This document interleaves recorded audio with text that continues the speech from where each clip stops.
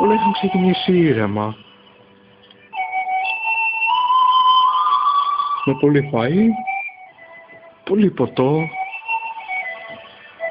και πολλά happening σε αυτό το ήσυχο παραλιακό σπίτι της Αθήνας. Εδώ μένει το φιλήσυχο κάτοικο. Γεια σου φιλήσυχοι κάτοικε. Καλημέρα κοντά.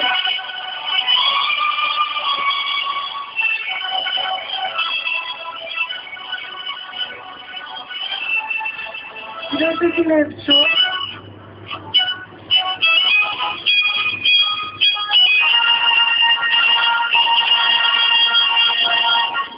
Κώστα. Τον βλέπουμε να τοποθετεί το καλάθι του ήσυχος, αλλά δεν ήξερε τι θα συνέβαινε στο μέλλον. Ένα ακόμα δαχτυλίδι είχε φτιαχτεί. Ο αρχόν του σκότου έφτιαξε αυτό το δαχτυλίδι για να κυριαρχήσει πάνω σε όλα τα πράγματα.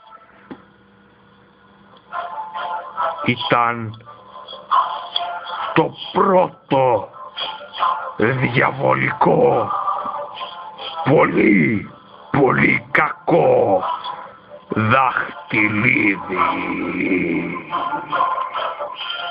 Ας πάρουμε τα πράγματα από την αρχή.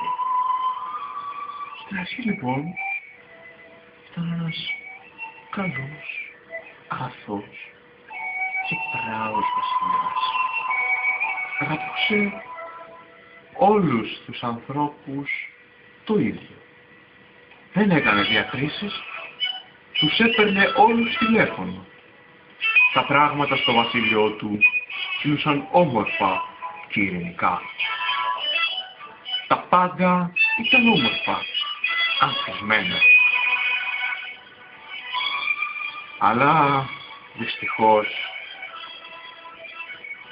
δεν ήταν ο μόνος μονάχης σε αυτόν τον κόσμο.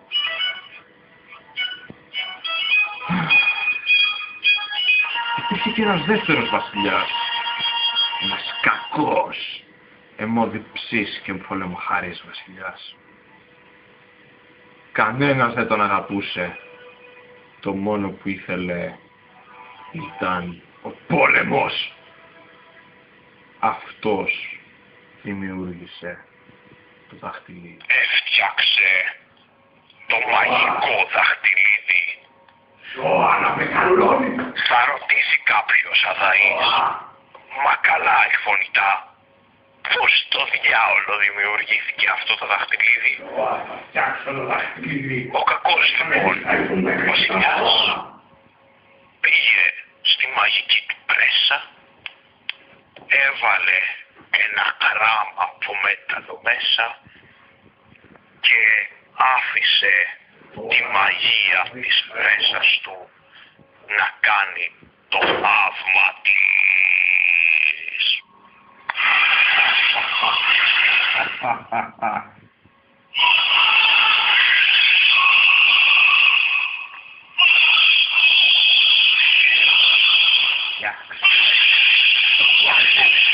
Θα το φτιάξω.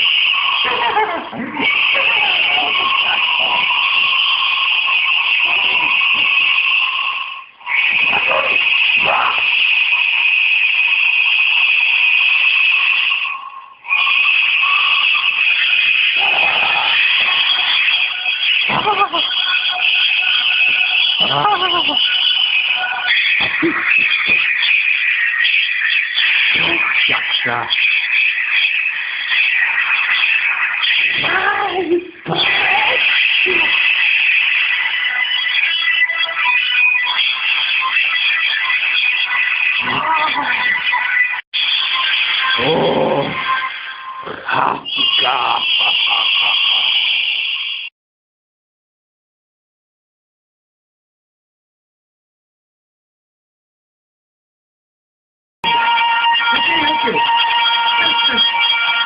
θα τα πούμε. Περίμενε. Εντάξει, θα τα πούμε. Πάω να πάρω άλλες φίλες. Εντάξει. Οκ, τσάου, man, γεια. Ο βασιλιάς μας παίρνει τηλέφωνο όλους τους πιστούς του υπηκόους. Έχει team, γι' αυτό τα λέει όλα διπλά.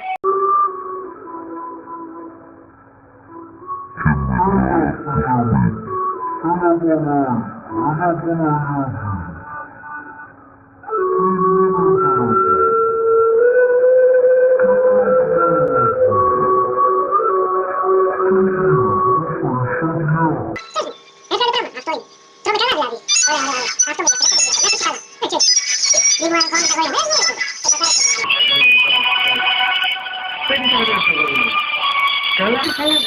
Έτσι μωρέ. Είναι μόνο, θα ξεγνιαστιά. Εντάξει. Δεν είναι άπραγμα. Λοιπόν, έτσι. Αυτά. Λοιπόν, το ξέρεις, εγώ 24 άλλου βάζω. Ό,τι θέλεις, θα με και σουμπλάκια σου.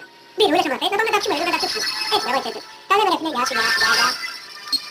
Ο καλός μας βασιλιάς παίρνει τηλέφωνο όλους τους ψυχούς.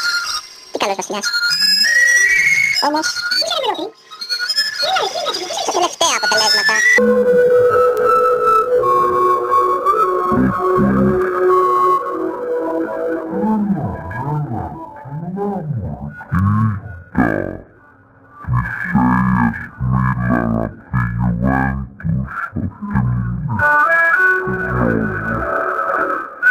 Of tomorrow.